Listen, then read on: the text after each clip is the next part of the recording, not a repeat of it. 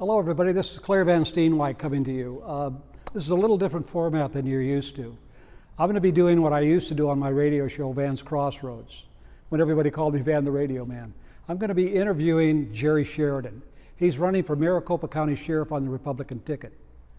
And I'm hoping you enjoy the interview and get the information you need, because I'm sure a lot of you don't know who Jerry is and know very little about him. So that's what this is all about, to give you some information and the ability to look for more information that you may need or contact Jerry personally. Once again, this is an interview for the County Sheriff of Maricopa County. I hope all of you take time and enjoy it.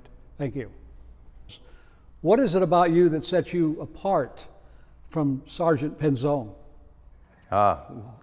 Good question. What sets me apart from Sergeant Paul Penzone is the fact that I spent 38 years with the Maricopa County Sheriff's Office.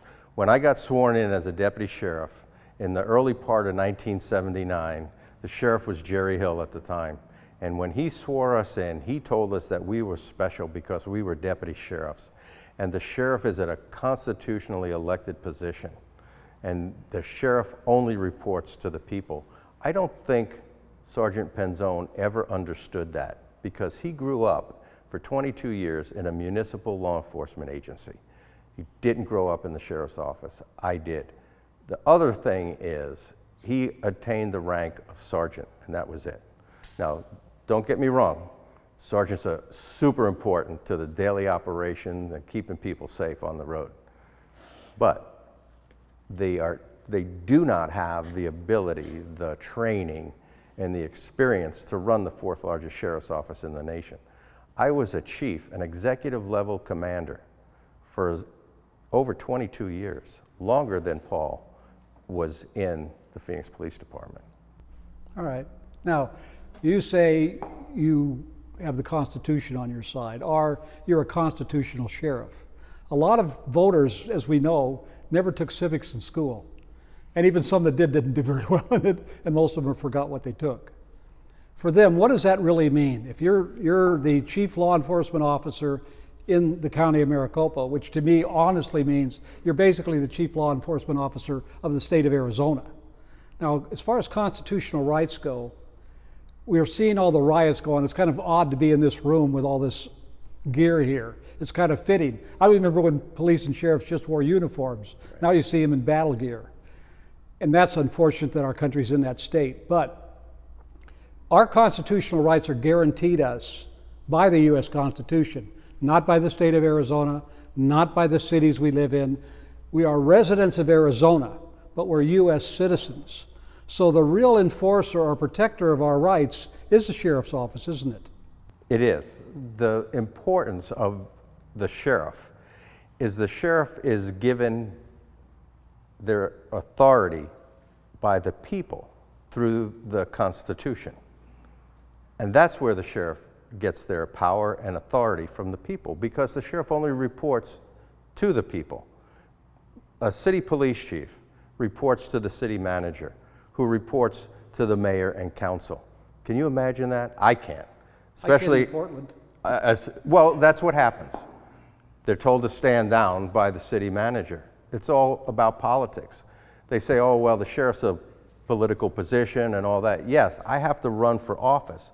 The next logical step, because I retired as the chief deputy 3.5 years ago, I worked my way up from a volunteer to the highest ranking member of the sheriff's office as the chief deputy.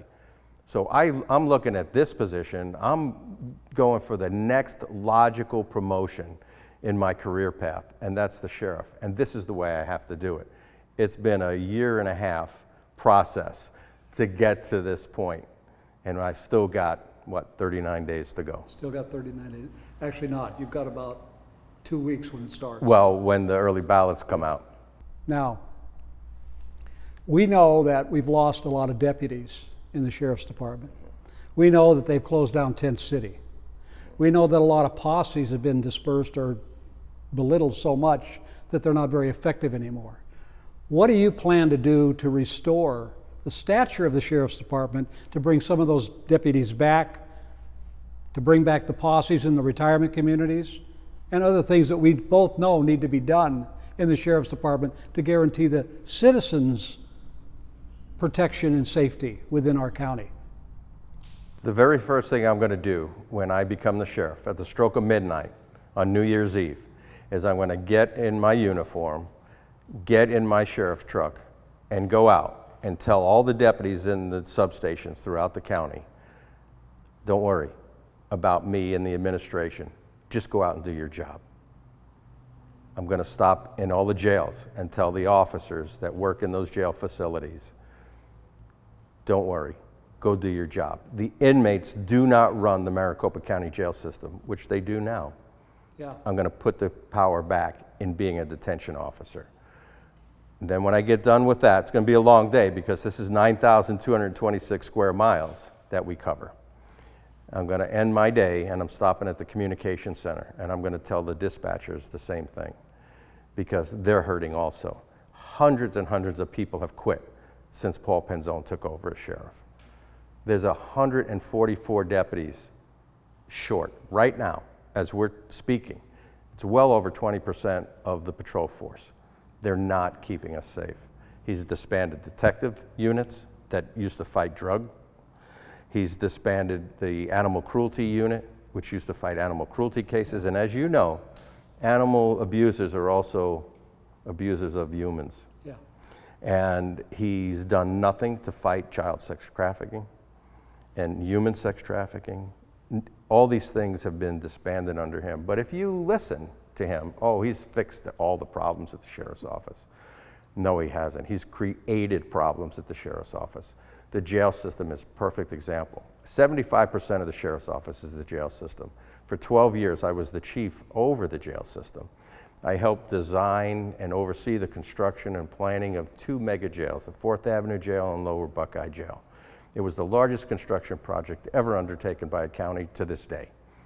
Those jails are working very well to protect all the citizens, to keep the bad guys behind bars. And they were all designed with the safety and security of not only the inmates, but our officers. Did you know that we've had 5 sheriff's employees, 4 of them working for detention, that had direct contact with inmates that have died from COVID-19? Because Paul Penzone has not had the experience to deal with the COVID crisis back in March. Just 2 weeks ago, he finally put a committee together to deal with the COVID-19 issues. Now, I don't know about you, but March, April, May, June, July, August, September. 7 months it took him to put a committee together to deal with it. We lost 5 members of the sheriff's office family, and there's over 300 detention officers out sick with COVID-19. This is what a lack of leadership, a lack of experience has brought to the sheriff's office. But if you talk to the people out on the street, they're not aware of any of this. And that's because he's kept a lid on things. He's intimidated people to talk to the media. But now, the officers that work in the jails and the deputies have finally had it, and they're starting to speak out. What is the one thing you need voters to do? I need voters to go to my website, www.sheridan4sheriff2020.com. Find out about me if they don't know, and they need to donate to my campaign. Because as you know, running a campaign, especially a large county like this, yeah. 4th largest in the country, it costs money to push your message out so the general public will know the failures of Paul Penzone, because the media is on his side. Sounds familiar. Okay? They've been doing nothing but attacking me the last 4 weeks, now that I'm the Republican candidate for sheriff. So obviously I'm over the target, and I need your help. I need their help financially to get my message out. Well, first of all, I want to thank all of you for taking the time to listen to Jerry respond to the questions we asked him. But more importantly, I want to ask all of you to do something for me now. Many of you supported us in the campaign we ran for Maricopa County Recorder. I'm asking you to extend that same courtesy to Jerry and vote for him, get others to vote for him like you did for me. You told relatives, friends, neighbors, total strangers about our campaign. And I know that we got the votes we got because of what you did for us. Most of us never met.